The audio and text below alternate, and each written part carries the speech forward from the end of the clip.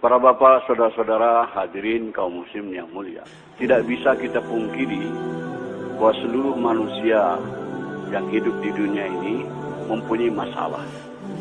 Orang miskin punya masalah, orang kaya pun punya masalah juga.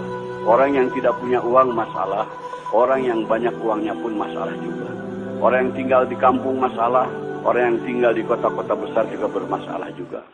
Orang yang tinggal di negeri yang miskin bermasalah, tapi orang yang tinggal di negeri-negeri yang kaya juga bermasalah. Jadi rakyat biasa masalah, jadi pejabat penguasa juga masalah. Kalau dalam ketentaraan, kopral bermasalah, jenderal pun bermasalah juga. Tidak bisa dipungkiri. Orang yang belum kawin punya masalah, yang sudah kawin pun masalah juga. Yang belum punya anak masalah, yang sudah punya anak banyak pun masalah juga. Yang tinggal di gubuk bermasalah, tapi yang tinggal di rumah-rumah mewah juga bermasalah juga. Allah Subhanahu wa taala mengutus Rasulullah sallallahu alaihi wasallam untuk menyelesaikan segala masalah manusia. Masalah manusia dunia maupun masalah di akhirat. Apa yang dibawa oleh Rasulullah untuk menyelesaikan masalah manusia bukan membawa kekuasaan, bukan bawa jabatan, bukan bawa harta kekayaan, tapi yang dibawa oleh Nabi adalah agama. Jadi agama ini diturunkan oleh Allah untuk menyelesaikan masalah-masalah manusia. Siapa yang mau mengamalkan agama, mentaati Allah, ikut cara Rasul, masalahnya akan diselesaikan oleh Allah Subhanahu wa taala. Orang miskin kalau mau selesai masalahnya, tidak perlu jadi kaya. Sebab jadi orang kaya belum tentu selesai masalah.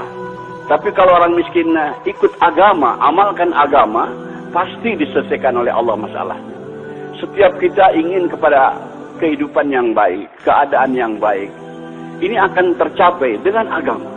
Allah Subhanahu wa taala berfirman dalam Al-Qur'an, "Man 'amila shalihan min dzakarin aw unsa wa huwa mu'min, fala yuhyiyannahu hayatan thayyibah." Barang siapa yang beramal soleh, yaitu taat kepada Allah dengan cara Rasul, baik laki-laki maupun perempuan, dan dia beriman, kami akan berikan kepadanya kehidupan yang baik.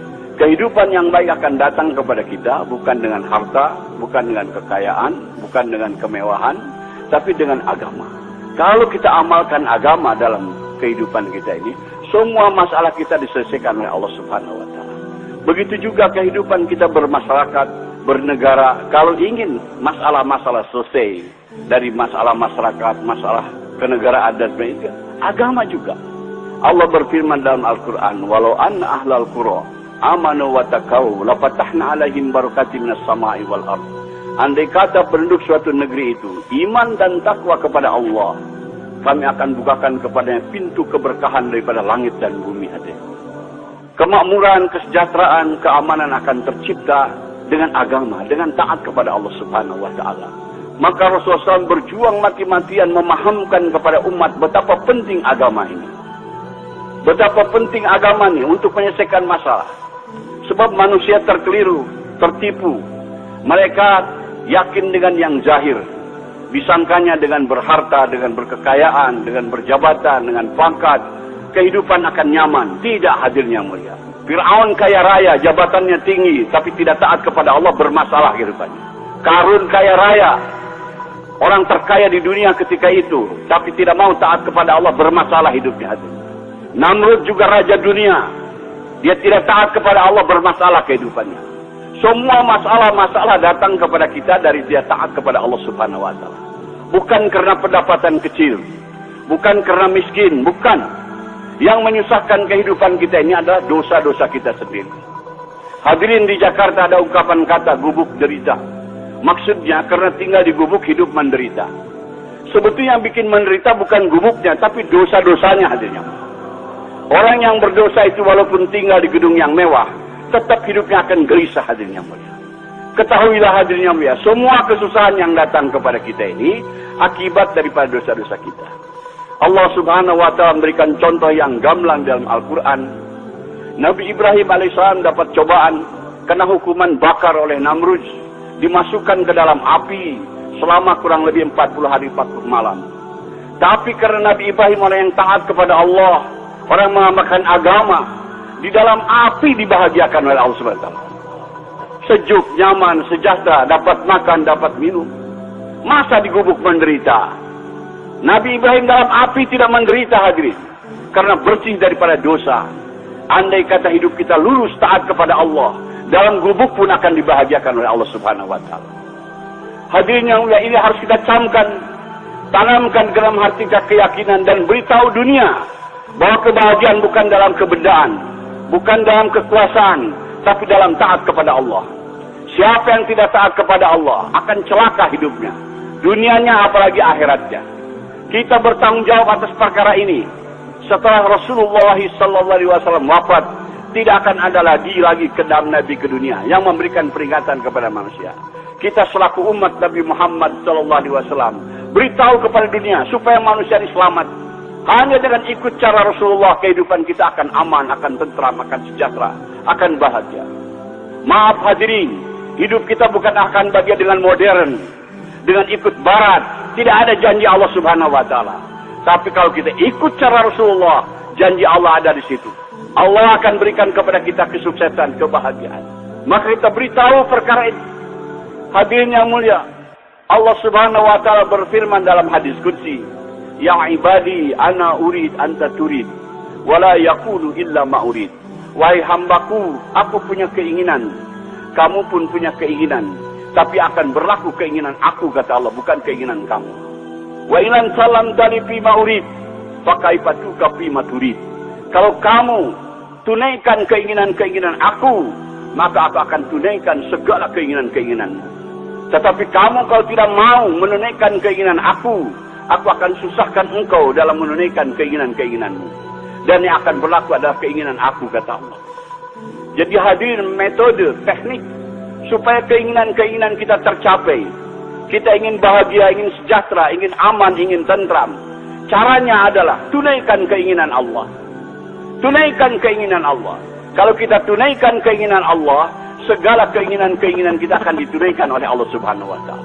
Allah Subhanahu wa taala pencipta kita, pencipta alam semesta semuanya. Dia yang berkuasa, hadirin. Allah berkuasa membahagiakan hambanya walaupun dalam gubuk. Allah berkuasa membahagiakan hambanya walaupun dalam kemiskinan. Allah berkuasa juga menyusahkan hambanya walaupun dalam istana. Allah berkuasa menyusahkan hambanya walaupun di tengah kekayaan, kaya raya. Hadirin, hanya dengan jalan taat kepada Allah. Apa keinginan Allah tadi, hadirin? Allah tidak minta diberi makan, diberi minum. Allah ingin supaya agamanya diamalkan. Kalaulah kita mengamalkan agama Allah, apa yang kita inginkan, keamanan, ketentraman, kesejahteraan, kebahagiaan akan datang kepada kita. Ini janji Allah Subhanahu wa taala. Jadi caranya adalah bukan dengan kemewahan, adalah caranya tunaikan keinginan Allah, yaitu agama. Hari ini orang ingin bahagia, agama ditinggalkan. Tambah jauh, tambah sesat, hadirin yang mulia. Maka kumpul-kumpul kita di sini, hadirin, untuk memahamkan pertama kepada diri kita perkara ini. Setelah itu kita bangkit korban, beritahu ke seluruh dunia bahwa kebahagiaan bukan dalam kebendaan, bukan dalam ekonomi, bukan dalam industri, bukan dalam perdagangan, tapi dalam agama. Hari ini kesalahan umat Islam sibuk dalam perdagangan, sibuk dalam industri, sibuk dalam pembangunan, tapi tidak taat kepada Allah. Wallahi tidak akan bahagia, hadirin. Kita ingin bahagia tapi tidak ikut cara Rasul. Kita mau ikut cara barat, tidak bisa, tidak dijamin Allah. Bahagianya akan datang dengan ikut cara Rasulullah SAW. Semua masalah akan diselesaikan oleh Allah Subhanahu wa taala. Betapa penting ini agama. Hadirin, segala kesusahan yang datang kepada kita ini akibat daripada dosa-dosa kita. Maka jalan keluarnya kita tobat. Nabi Adam alaihissalam setelah berbuat dosa tobat, berdoa kepada Allah, mohon diampunkan dosa-dosanya. Rabbana zalamna anfusana wa illam taghfir lana wa tarhamna lanakunanna minal khasirin. Ya Allah, ampunilah dosa-dosa. Kami telah menzalimi kami sendiri, telah menzalimi diri kita. Kalau tidak Engkau ampunkan, aku termasuk orang-orang yang binasa, yang rugi. Nabi Yunus berbuat kesalahan, ditelan oleh ikan. berdoa, la ilaha illa anta subhanaka inni kuntu minadz zalimin. Tidak ada Tuhan yang berhak bisa melainkan Engkau ya Allah. Engkau Maha Suci, aku telah menjalimi diriku sendiri. Begitu kalau ada orang sini punya masalah, hadirin datang kepada ulama, ingin supaya masalahnya selesai, biasanya ulama memberikan zikir.